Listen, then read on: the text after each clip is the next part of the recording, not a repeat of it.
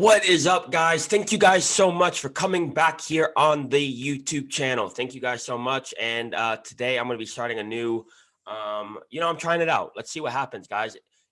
Most of you guys voted on Instagram. A lot of you guys voted in the VIP group chat. If you're not a part of either, if you're not following me on Instagram and you're not part of the VIP group chat, make sure you check the description below and make sure you join both of those and be involved in the picking process of the goal of the week.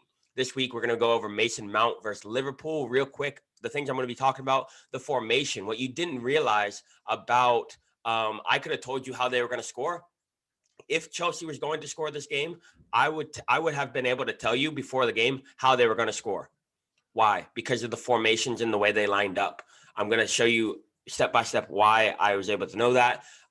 Second is going to be the understanding. The understanding from Kante to play the ball to Mason Mount in the first place is what led to the goal. Mason Mount's understanding of when to run, how to run, which way, which direction, all that stuff is why the goal came about. And then lastly, the strengths. So the reason that I do video analysis is because I want to get you guys to be able to utilize your strengths better, right? I always tell my clients, I'm not here to tell you how to shoot. I'm not here to tell you how to pass. I'm not here to, tell you how to dribble and show you different types of techniques and stuff like that. That's not why I'm here. I'm here to show you how to get in good positions, to anticipate, to make decisions, and use your strengths better. All these different things that you do, it'll give you more touches on the ball, more opportunities to shoot, more opportunities to dribble, more opportunities to use your strengths. And Mason Mount does a perfect job of this. And I'm going to go over that right now. And then lastly, I'm going to give you guys a couple of takeaways that you guys can use to improve your own individual game. So let's get into it. Let's check it out. Let's check out the goal. Okay. So here's the goal right here. This is how it came about. You see the lines right here. Okay. So real quick, like I said, we're going to go over the formation real quick. The formations were 4-3-3 for Liverpool and a 3-4-2-1 for Chelsea. So what happened here? There was no outside mid. So what happened here? What has to happen if there's no outside mid? The outside back has to go forward. So where's the space going to be? If the outside back's going to go forward, it's going to be over here in this space to where Mason Mount ends up running. They were already planning this, guys. The ball came in the Kante. Mason Mount sees it, takes off, ball comes in here, and that's all she wrote. But if the positioning's not good, if the anticipation's not good, if the decision making's not good, then this doesn't happen. If you had watched the game, you would have seen multiple times that the other forwards were able to get in behind as well. And most people look at that and say, oh, it's a high line. Yes, it's a high line. Why is it a high line, though? Because the outside back has to go forward because they don't have any width. In soccer, you have to have width, period. It has to come from someone, whether that's the outside mid or the outside forward or the outside back, right? The problem with Liverpool in this game is the outside forwards were too high. They're too high. And width that is too high it's not accessible. It's not accessible. So if they're too high, we can't get them the ball unless we move through the middle. It's too predictable, in my opinion. It's too predictable. So let's watch the goal here. You see Kante, he sees the open space. Mason Mount gets into the open space.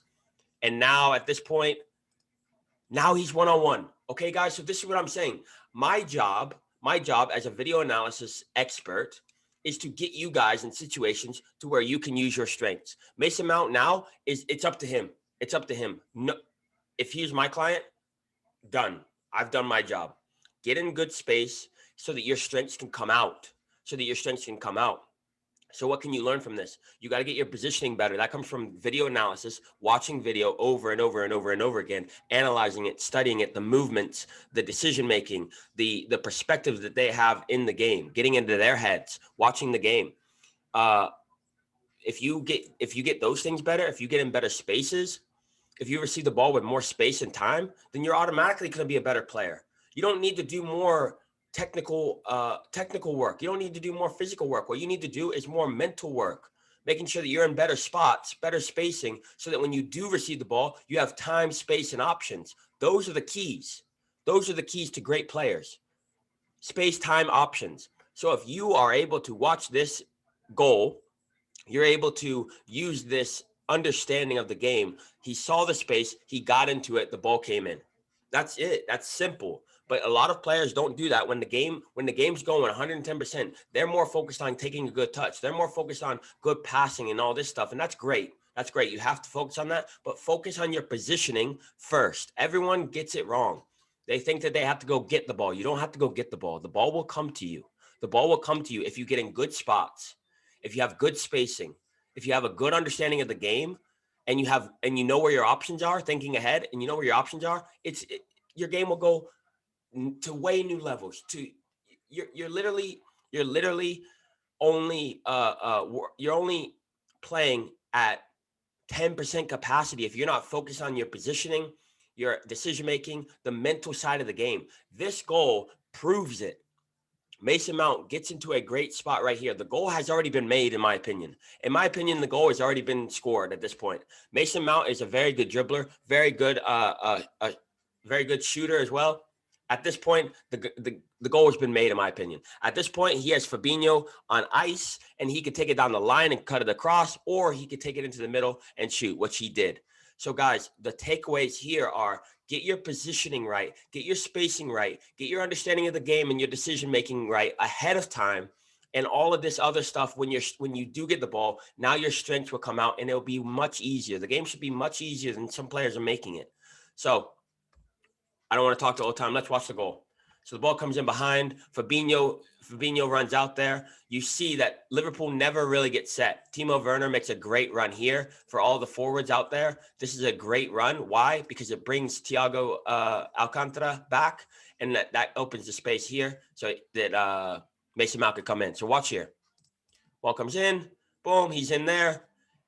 And it's a goal. At the end of the day, guys, that run from Timo Werner is also what made the goal. The movement, guys, the movement is what makes the goal. Guys, thank you guys so much for coming back here on the YouTube channel. Make sure that you follow me on Instagram. Make sure that you're part of my VIP group chat so that you guys can recommend me the goal of the week for next week. Guys, thank you so much. Check out the description for all my links to other YouTube videos, to my movement YouTube video, to the podcast, all that other stuff. Thank you guys so much. If you got anything from it, like, share, and subscribe. Thank you guys, and I will see you guys on the next video. Peace.